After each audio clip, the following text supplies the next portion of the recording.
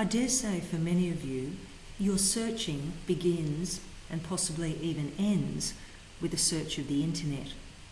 And whilst you can get some good resources from the internet, you will always need to check for the reliability and the suitability and the accuracy of anything that you find on what is free to publish on the internet. So a much safer, more reliable and more reputable set of resources can be found in what we call databases. Sometimes these can be free, but most times you will have to pay for a subscription. Our school pays for 3 database subscriptions, but a lot more can be found by accessing the databases from the State Library of Queensland. You can join the State Library of Queensland online for free, and I would strongly recommend that you do that if you haven't already done so. Once you get to the State Library homepage, you can then begin to search their catalogue. You can do that here from the homepage or by the search tab at the top. Once you're at the catalogue search page, the search simply becomes as it would within Google. And you can construct a search string as you normally would within Google searching as well.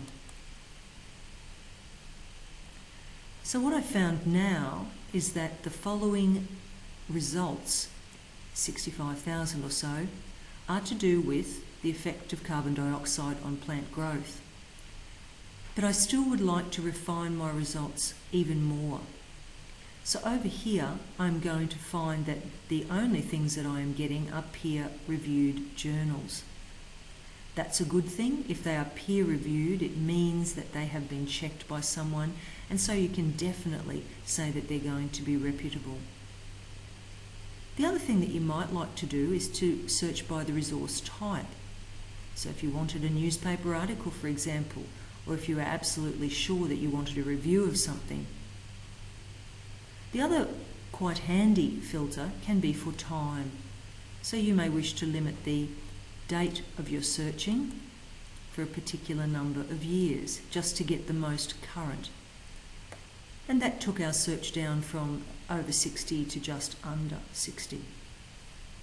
You can also search by author, or by the title of the journal, or perhaps even by the language in which the article is written.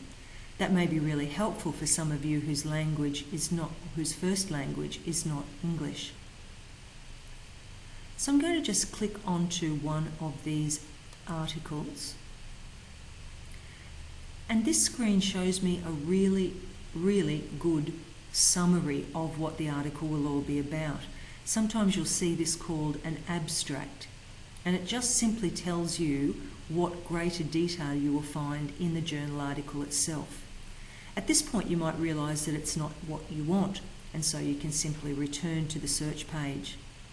If, however, it does sound useful, then you can click on the tab here which says Online, and it will show you the databases where you can find this article. Now, at this point, if you have not become a member of the State Library, you will not be able to go any further. However, if you have followed my advice and signed up and joined online, here's what we do. Click on the database name, enter your username and password. You will have set these up in the login.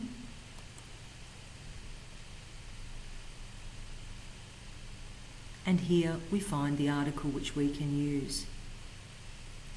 A couple of things that I would like to point out to you which can be great time savers. Over here on the right hand side you have the opportunity to download the PDF. Clicking on this button will allow you to go straight to the way in which you have to cite the article. Now we use Harvard at St. Paul's, and therefore you can simply cut and paste the citation into your assignment.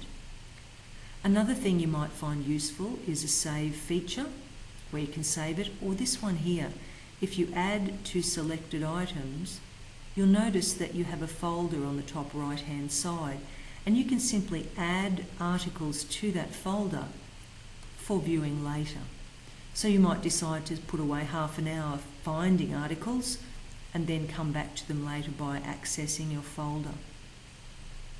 The other thing that you might find interesting and very useful is clicking on the references section. And you can see here that there are 42 extra references.